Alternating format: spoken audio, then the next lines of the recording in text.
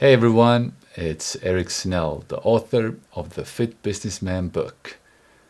And today we're going to talk about how we can reach our goals, whether it's weight loss, building muscle, or just being more comfortable in our new physique, and how we can do that with the help of other people.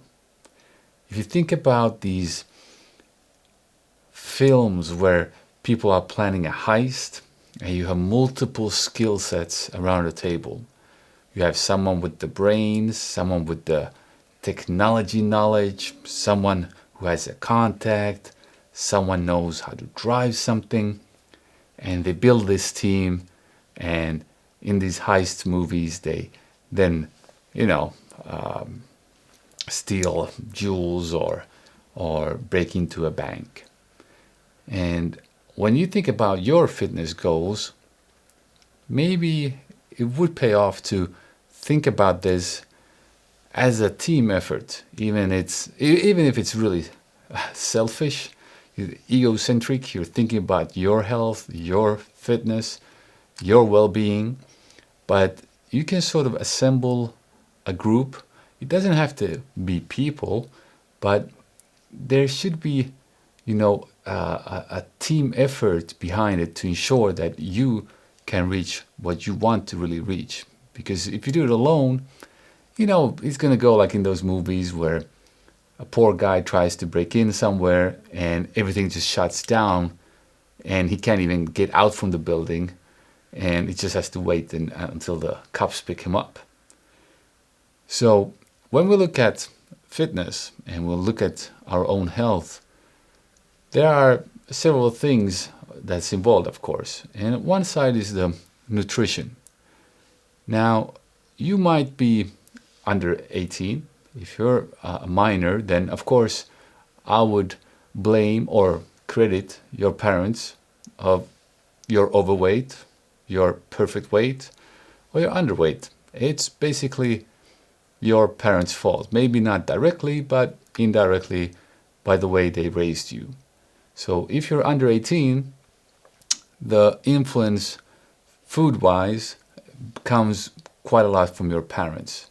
And then it's, of course, that's your teammate here, and that could be an issue. So once you're no longer a minor, have you thought about who you live with, how they influence how you eat, who you work with and how they influence how you eat during your working hours, and who do you eat with outside of your working hours?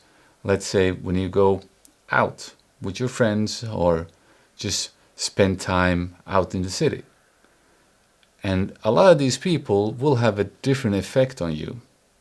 Now, I'm luckily married with a woman that does dishes that I usually wouldn't maybe do, and takes the time to prepare vegetables which I may not have had the time or felt like I had the time to prepare.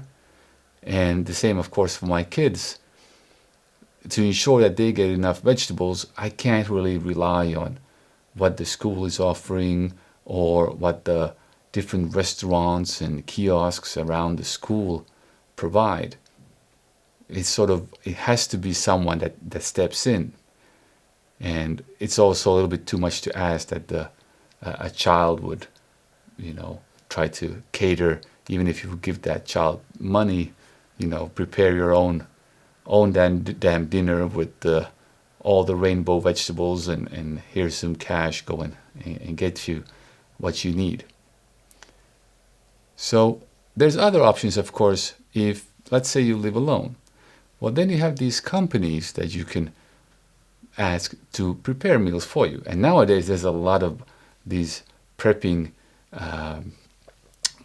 companies that you can order really tailor-made foods, really sort of fitness-oriented with the macro breakdown. So if you're trying to reach a certain caloric goal per day, it's actually very easy to do when you have these meals that they can provide. A lot of the companies provide, a weekly package and let's say twice a week, and you can just rotate the foods, and that's something that's worth considering.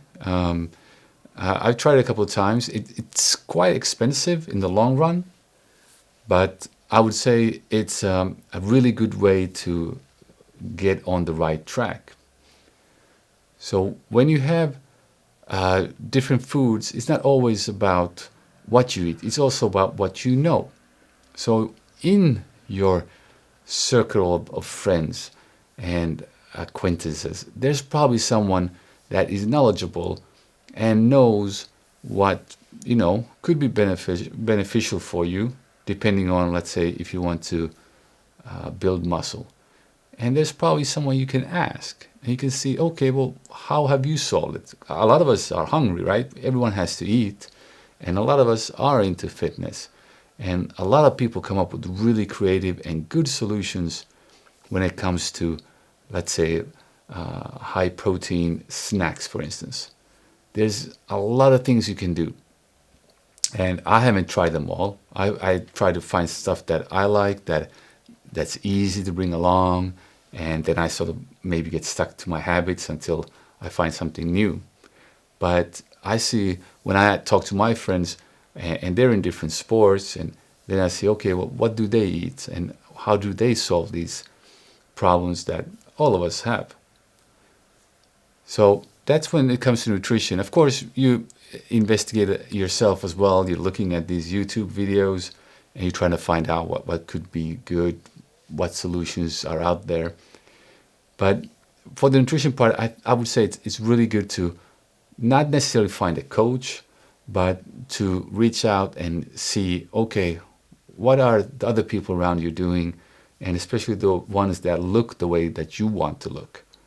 So, don't get, food advice from someone that's overweight.